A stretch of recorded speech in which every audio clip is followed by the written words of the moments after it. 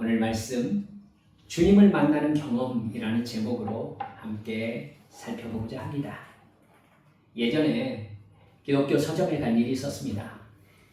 책을 하나 사려고 갔는데 어떻게 말하다 보니까 운영하는 부부 집사님과 대화를 나누게 되었습니다. 어떤 여자가 들어와서 성경을 찾더래요. 그러면서 성경을 찾는데 지금 개역 개정으로 바뀌었지 않습니까?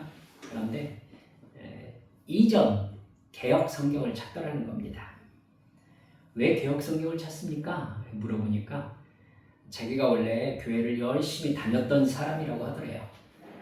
근데 목사님이 성경 말씀은 하지 않고 자꾸 자기가 하고 싶은 이야기나 세상에서도 다 들을 수 있는 그런 얘기만 설교 시간에 하더래요.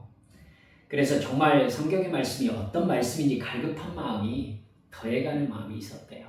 주님이 은혜 주고 계신 것이죠. 그래서 어느 날 마음을 먹고 주일마다 좀 마음의 갈급함을 해결하고자 근처의 교회를 좀 찾아다녔답니다. 근데 자기 딴에는요, 진정으로 성경 말씀을 가르쳐 주시는 목사님을 만나지 못했대요. 그러던 어느 날 무료로 성경 공부를 시켜준다는 곳이 있어서 그곳에 혹시나 해서 가게 되었는데 나름대로 성경 말씀을 제대로 가르쳐준 느낌이 들더라는 겁니다. 그곳에서는 예수님의 재림 전에 누군가가 이미 왔다고 하는데 그게 누군지는 아직 말해주지 않았다고, 그래서 자기가 아무래도 개역 성경 그쪽에서 쓰는 성경을 가지고서 읽어봐야 되겠다는 생각이 들어서 왔다고 하더라는 거예요. 그런데 제가 잘 아는 집사님이거든요. 집사님이 교회 오래 다니신 분이세요. 전형적인 신천지가 그렇게 하고 있거든요. 집사님 부부가 이제 그 여자분하고 대화 나눈 얘기를 제가 쭉 얘기해줘요. 그러면서 저에게 목사님이시니까 제가 말씀을 드립니다 이러면서 왜 교회에서 성경을 말씀해 주시지 않고 목사님이 하고 싶으신 얘기만 하시면서 천국과 지옥, 구원과 멸망, 예수님의 보혈로 말미암는 구원의 복음은 말씀하시지 않습니까? 이렇게 저한테 화를 내시더라고요. 목사님들이 그저 감동된다는 세상 이야기만 하시길래 집사님 부부가 그러셨나 봐요. 저건 성경 말씀은 아니지 않느냐라고 했더니 주변 성도들이 나만 은혜 받고 감동받으면 되지 뭘 그런 걸 따지느냐 이러면서 자기를 이상한 취급하더라면서 저에게 하소연을 하시더라고요. 그러면서 저에게 지금 말씀이 없어서 이단이라도 찾아가는 성도들이 너무 많습니다, 목사님. 제가 서점을 하고 있으니까 그런 사람들이 너무 많이 찾아옵니다. 제발 목사님 하고 싶은 이야기가 아니라 성경 말씀 전해주십시오. 저에게 이야기를 하시더라고요. 제가 교회의 사명을 놓고 깊이 고민하면서 기도하고 있는 내용을 집사님이 저에게, 부부가 앉으셔서 저에게 말씀해 주셨기 때문에 저에게 오래 그 대화가 남아 있습니다. 여러분, 바로 오늘 여러분들과 함께 본문 말씀을 통해서 여러분과 나누고 싶어 하는 부분도 바로 그 부분입니다. 먼저 본문의 배경을 살펴보면 예수님께서 바리새인 시몬의 집에 들어가셨습니다. 그 동네에 죄를 지은 한 여자가 있었다 이렇게 얘기하죠. 여러분, 시몬이라는 바리새인도 이 여인이 어떤 죄인인 줄을 알고 있었습니다. 그러면은 주변 사람들 모두 이 여인이 왜 죄인으로 불리는지를 알고 있었다는 뜻이죠. 그러면 성경학자들은 그렇게 생각합니다. 아마도 동네에서 대부분 알고 있는 성종사자 여인이 아니었겠느냐 얘기합니다. 이 여인은 예수님께서 바리새인의 집에 계신다는 소식을 들었습니다. 그녀는 향유를 담은 옥합을 가지고 와서 예수님의 뒤로 와서 그 발 곁에 서서 울며 눈물로 예수님의 발을 적십니다. 애통이지요. 자기 머리털로 예수님의 발을 닦고 예수님의 발에 입맞추며 향유를 발에 붓습니다. 눈물로 예수님의 발을 적시는 것은 죄인인 자기를 불쌍히 여겨달라는 간절한 청원입니다. 자기 머리털로 예수님을 닦는 것은요, 당신만이 나를 구원해 주실 주님이시라는 고백입니다. 나는 당신의 여종입니다. 라는 표시죠. 머리카락은 여인에게 아름다움의 상징이기 때문에 당신 앞에서는 저는 보잘것없는 노예일 뿐입니다. 라고 자기를 한없이 낮추는 것이 바로 자기 머리카락으로 발을 씻기는 것입니다. 향유를 이 여인은 머리가 아니라 발에 붓잖아요. 발에 부은 것은 당신은 거룩하신 분이시며 나의 향유는 당신 발에 부을 가치밖에 되지 않는다라는 자신의 비천함과 예수님의 높으심을 나타내고 있는 행위입니다. 이런 행동을 예수님을 초대한 시몬이라는 바리새인이 보고 있었습니다. 이분이 능력을 가지고 있는 분이면 지금 자기를 만지는 여자가 누구인 줄 알았을 건데 속으로 생각하고 있었습니다. 그러자 예수님이 말씀하시죠. 시몬아, 한 사람이 빚을 많이 졌고 또 한 사람은 빚을 적게 졌다. 둘 다 그 빚을 갚을 능력이 없어서 빌려준 사람이 둘 다 그 빚을 탕감하여 주었다. 그럼 둘 중에 누가 돈 빌려준 사람을 더 사랑하겠느냐 묻습니다. 시몬이 그야 당연히 더 많이 탕감받은 사람이 더 사랑하겠지요.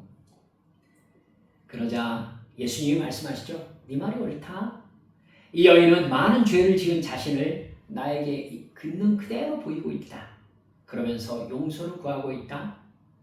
그리함으로 이 여인의 죄가 사하여졌다. 이 여인이 너보다 나를 더욱 많이 사랑하는 표현을 하는 까닭은 이 여인이 사함받은 죄가 많기 때문이다. 이러면서 여인에게 말씀하십니다. 네 믿음이 너를 구원하였으니 평안히 가라. 예수님께서 이 여인을 천국 백성 삼아주시는 장면입니다.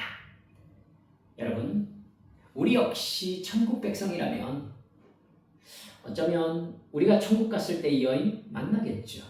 만날 것입니다. 그렇다면 이 여인의 경험과 우리의 구원의 경험에서 틀림없이 공통점을 찾을 수 있는 것입니다. 저는 오늘 이 여인과 우리와 반드시 일치하여야 되는 공통점 한 가지만 여러분들과 나누고 싶습니다. 그것은 나는 예수님을 만난 사람인가 하는 질문입니다. 아마 이 질문은 제가 이 세상에서 목회 사역을 계속하는 동안 끊임없이 저 자신과 성도들에게 물어야 될 질문일 것입니다. 이 질문 앞에서 망설임 없이 나는 예수님을 만났습니다. 지금도 만나고 있습니다. 이렇게 말할 수 있어야 구원받은 사람입니다. 인생의 어느 순간 분명히 내가 예수님을 만났다는 신앙의 경험이 있어야 합니다. 이건 그냥 일반적인 경험이 아니에요.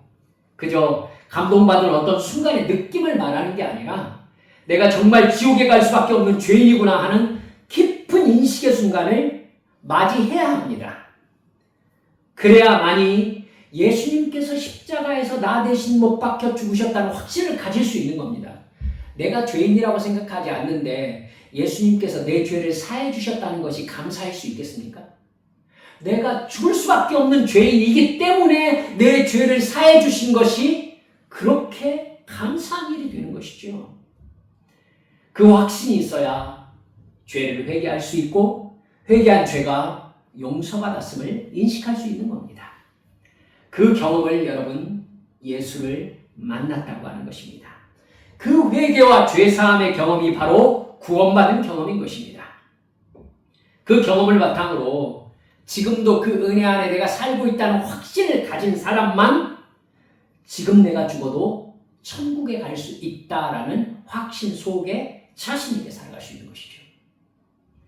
이 여인이 예수님을 찾아와서 나를 불쌍히 여겨달라고 간구함으로써 죄사함을 받은 것처럼 우리 또한 진정으로 예수를 만나서 구원받은 경험이 있는가를 철저하게 돌아봐야 되는 이유가 바로 그것입니다. 구원은 한 번 받고 끝나는 것이 아니라 그 구원 안에 살아가는 것입니다. 결혼이라는 것이 결혼하고 끝나나요? 아니죠. 결혼하고 나면은 그 다음에는 결혼 생활을 해야 되는 것입니다. 구원을 받으면 예수님과 함께 살아야 되는 것이죠. 믿음의 조상 아브라함을 기독교 계보의 시작이라고 할 때에 아브라함의 맨 처음 성경의 등장이 창세기 12장 1절입니다. 그게 무슨 장면이죠? 아시죠? 기억날 겁니다. 하나님께서 아브라함을 찾아가신 사건입니다. 그러니까 아브라함이 믿음의 계보의 첫 손가락에 오는 그 위치가 뭐냐면은 여러분 하나님과의 만남으로부터 시작되고 있는 거예요. 아브라함은 분명히 하나님이라는 분을 만나서 그 하나님이라는 신께 말씀을 들었어요. 그리고 그 말을 듣고 자기가 뭘 해야 되는지를 알았어요. 아브라함아, 너는 너의 본토 친척 아비 집을 떠나 내가 너에게 지시할 땅으로 가라. 여러분 그 말씀을 하는 분이 하나님이라는 걸 아브라함은 알았어요. 여러분 알았으니까 어떻게 해요? 그 말씀을 들은 자기가 뭘 해야 되는지를 정확하게 알 수 있는 것이죠. 성경은 흐리멍텅하지 않습니다. 그 후로 어떤가요? 이삭과 야곱, 요셉, 모세, 여호수아, 사무엘, 다윗 성경의 인물들로 이어진 믿음의 계보는요. 분명히 모든 사람들이 바로 자기가 각자 하나님을 만난 경험에 대해서 성경이 쫙 쓰고 있는 것을 볼 수 있습니다. 독특한 방법으로 여호와 하나님과 그들은 각자 대면했습니다. 그분들은 하나님을 만났고 하나님의 음성을 들었고 그리고 그렇기 때문에 그 말씀에 순종할 수 있었습니다. 그렇게 하나님과 맺게 된 관계 속에서 그들은 어떻게 살아야 될 것인지를 결정하고 삶의 목표가 분명한 순종의 삶을 살 수 있었던 겁니다. 기독교는 바람직한 삶의 원칙이 아닙니다. 잘 먹고 잘 사는 정도의 성공학 원칙도 아니에요. 바람직한 처세술을 가르치는 종교도 아닙니다. 내적 치유를 통해서 관계 회복을 그런 처방전이 아니지요. 복을 받는 종교의 한 종류도 아니고 한 가지쯤 좋은 종교 하나 가지는 것이 좋지 않겠느냐. 이런 교양이나 삶의 스타일을 말하는 게 아닙니다. 많은 사람들을 사귈 수 있는 교제의 장으로 삼는 성도도 제가 보았습니다만 아니지요. 아닙니다. 여러분 기독교는 전능하신 창조주 하나님을 대면하여 대화하고 그분을 경험함으로 말미암아 구원받는 종교인 줄 믿으시기 바랍니다. 여러분 무엇을 통해서 그 경험을 할 수 있습니까? 바로 오늘 여러분들과 하나 나누고 싶은 것 예배입니다. 그래서 예배는 문화적 강연이 아니고 바람직한 삶의 태도를 가르치는 것도 아닙니다. 바로 예배는 하나님과의 만남이어야 합니다. 우리 성도 여러분들은 예배와 말씀을 통해서 하나님이라는 그분은 신이시잖아요. 하나님이라는 분을 느끼며 그분의 말씀을 듣고 있다라고 하나님 면전 앞에 나와 있는 코람데오, 하나님 앞에서의 자기 존재를 느끼고 있습니까? 이게 예배 시간이어야 하거든요. 예배와 말씀을 통해서 하나님이라는 신을 느끼면서 그분의 말씀을 듣고 있다라고 정말 확신하고 있느냐 하는 것입니다. 오늘 본문의 여인처럼 예수님의 십자가 은혜 앞에서 자신의 죄를 내려놓고 회개하는 일이 우리 예배 시간에 일어나고 있습니까? 하나님을 의심하던 자가 하나님의 거부할 수 없는 말씀 앞에 자복하고 있습니까? 병든 자가 하나님의 전능하신 손에 붙잡혀 고침받는 역사가 일어나고 있습니까? 주님이 계심을 느끼며 주님 앞에 손을 들고 찬양하며 성령의 신령한 은사가 넘쳐서 기도하며 주님을 느끼는 사람들이 있어야 마땅한 것이 예배 시간 아니겠습니까?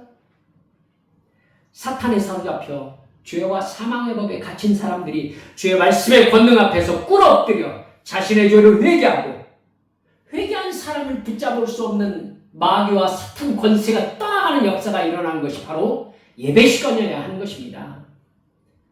이 모든 질문이 저와 여러분들이 정직하게 대답해야 되는 질문입니다. 간절히 구해야 되는 기도 제목이기도 하고요. 주여, 제가 예배에서 우리 하나님을 만나게 하옵소서. 제가 예배에서 성령 충만하게 하옵소서. 제가 예배에서 주의 십자가를 붙들게 하옵소서. 저를 포함한 한국의 기독교인들 너무나도 편안한 기독교의 본질적인 모습인 양 오해하고 있습니다. 성령과 진리로 예배한다는 것이 무엇인지 체험하지 못하고 있습니다. 하나님을 경험한다는 것이 무엇인지를 모르는 거예요. 하나님의 음성을 듣는다는 것이 무엇인지 체험이 없는 겁니다. 진정으로 하나님께 기도한다는 것이 무엇인지 알지 못하는 거예요. 영원 세계에 대해서는 생각하지도 않고 사실 별로 믿고 싶은 마음도 별로 없는 것 같아요. 그래서 하나님을 사모하는 마음으로 나의 모든 것을 다 드리는 겸손한 마음으로 예배해야 된다는 것을 너무 가볍게 생각해. 우리가 살펴본 여인을 보세요. 이분이 예수님 앞에 뭘 어떻게 하고 있는지. 하나님의 아들 앞에 여러분 머리카락으로 발을 닦으려면 어떻게 해야 되죠? 여러분 그 자세를 한번 상상해 보세요. 자기의 머리카락으로 풀어서 기름 부음 받은 예수님의 발을 닦는다. 자기 얼굴은 거의 땅에 닿아 있어야 돼요. 그렇죠?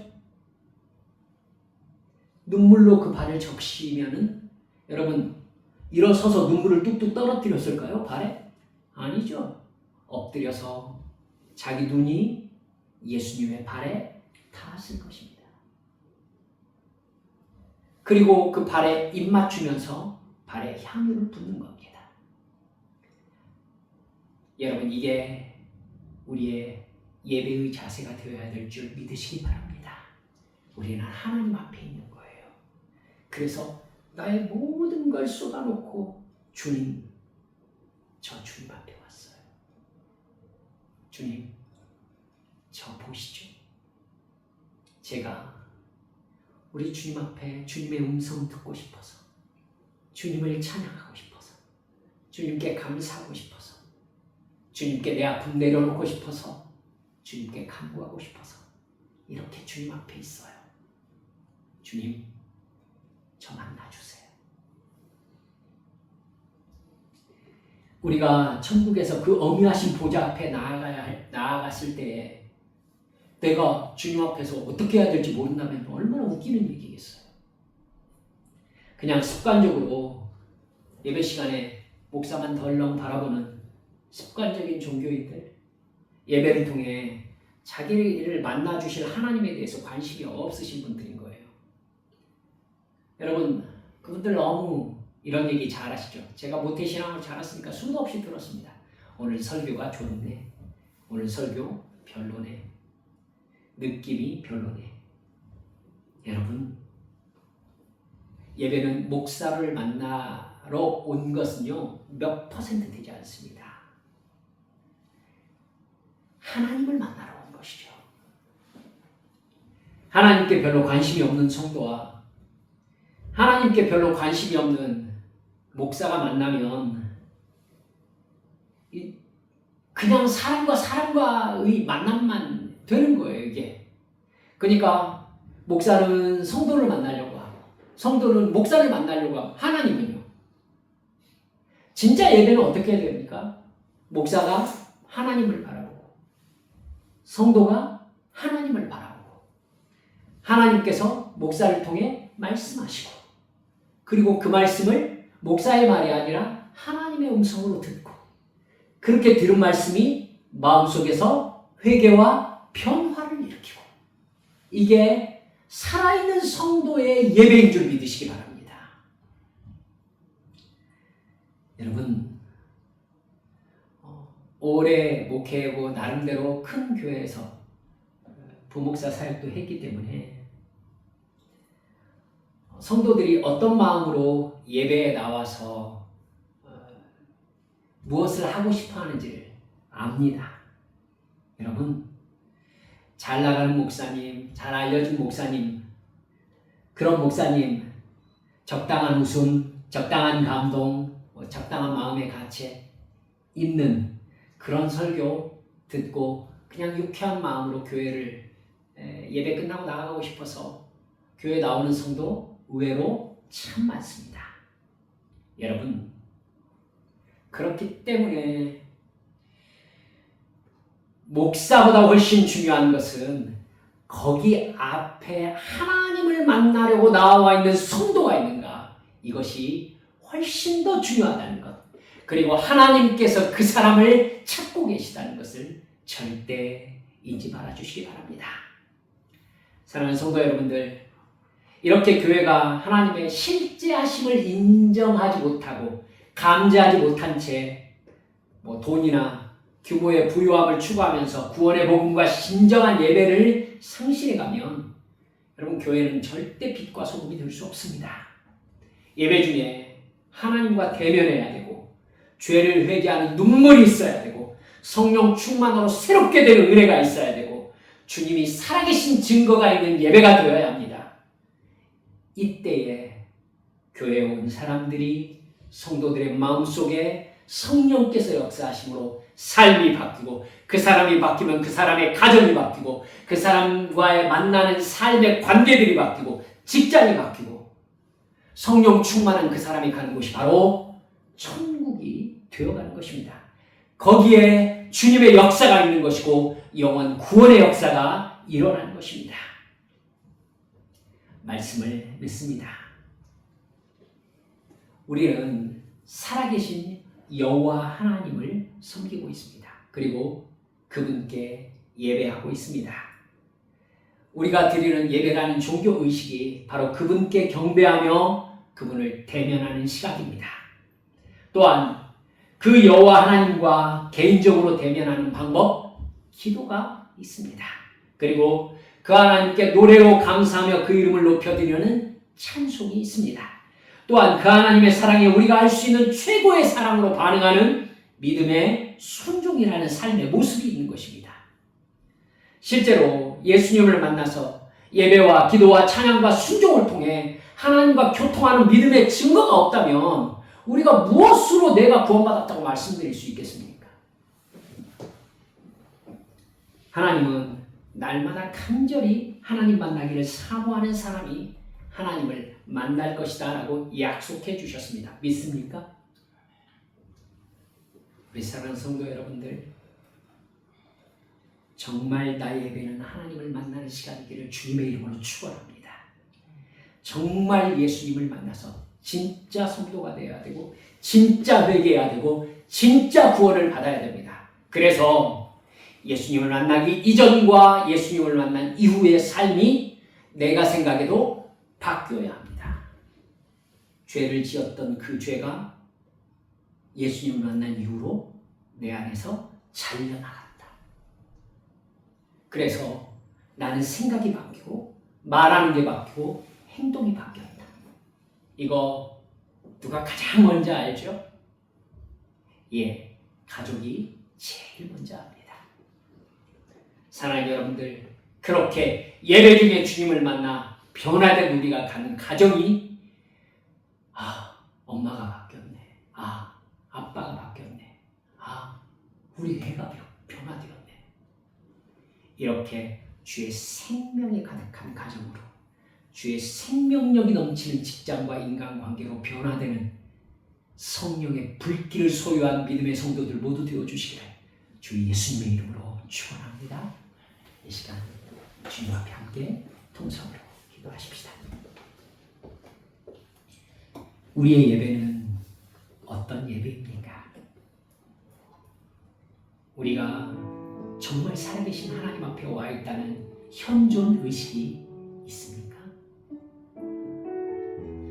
그것이 없으면 우리 영혼은 시간이 지날수록 더 힘을 잃어가고 죄와 싸울 능력을 잃어가고 결국 우리는 세상 쪽으로 흘러가 버리고 말 것입니다.